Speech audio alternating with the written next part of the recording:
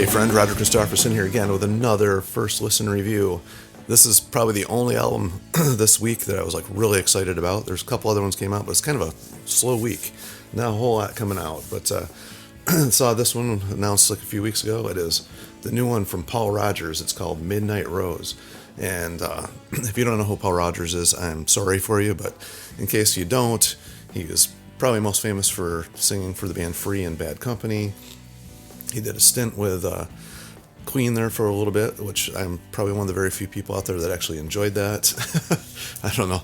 Some people, I've heard a lot of people didn't like that. I thought it was pretty cool. So at least the album that they released under the Queen, Paul Rodgers name, the live stuff everybody loved, but they did one album that got some weird reviews, but I liked it. And, he did that band The Firm with Jimmy Page. He's done a bunch of other tributes and stuff. I actually just watched a concert on YouTube that he had done at the Royal Albert Hall, where he's doing a bunch of free songs. That was really cool, and he still got the voice. So anyway, I guess this album was kind of just put together, and not intentionally. He was just writing a bunch of songs on acoustic guitar. His bass player from his solo band was working on something and wanted some lyrics to it, and they got together and ended up writing a whole bunch of stuff. They actually have Bob Rock is producing this one along with Cynthia Rogers. I'm guessing there's some relation to Paul Rodgers. I don't really know. Might be his wife. Don't know. And they got the rest of his band is Rick Fiddick. I don't know. I always get names wrong anyway. Organist Chris Gestrin, Ray Roper on guitar, and Keith Scott on lead guitar, who's Bryan Adams' lead guitarist. So that's kind of cool. And basically, it's a really short album. It's only 8 songs, a little over 30 minutes, and it's pretty much a blues rock album. It's it kind of, the feeling I got from it was if anybody got his first one, Cut Loose. It's got that feel to it. Not the songs don't sound like that, but that had a feel to it that was kind of like not super hard blues, but maybe a little touch of country-ish to it.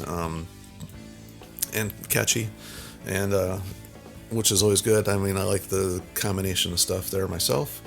It kicks right in with a cool blues rock song, Coming Home. Just gets right to it. Nice rock song, and then the next song, Photosure, which the only thing I don't like about the song was the lyrics just didn't make any sense to me. It just seemed a little bit weird, kind of a strange. He was trying to tell a story, and I just don't know exactly what that was all about, but this seemed a little strange. But other than that, the song itself was cool. And then the title song, Midnight Rose, is a nice little acoustic thing going on there. And that from that point on, there's a lot of acoustic in this, even though it's upbeat. So it gets into Living It Up, which actually is the first song I guess I wrote for this album. That was one that the bass player there wanted the lyrics for it, and that one's kind of an upbeat rocker as well, but does have some acoustic flair going on in there. Dance in the Sun, another one along that lines there, more upbeat sound feeling. Take Love is just kind of a rockin' tune as well. And at this point, I'm noticing that he's not going for a lot of the high notes at all anymore, which is fine.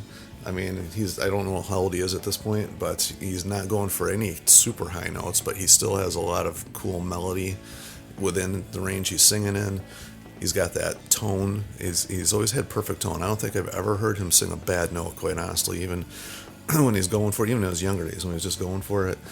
And live recordings and stuff, he still just somehow blends and slides into the notes and just gets it somehow always. Highway Robber, another cool tune there, and it ends with my favorite song, Melting.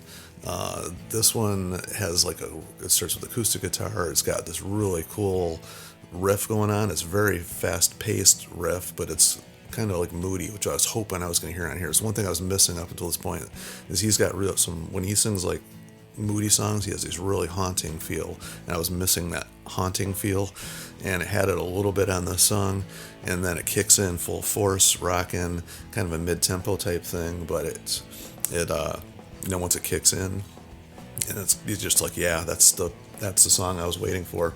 Perfect way to end the album. Always been a big fan of Paul Rodgers. Funny part is, one of the bands I was back in the 90s, the bass player from Bad Company at that point in time actually produced our album.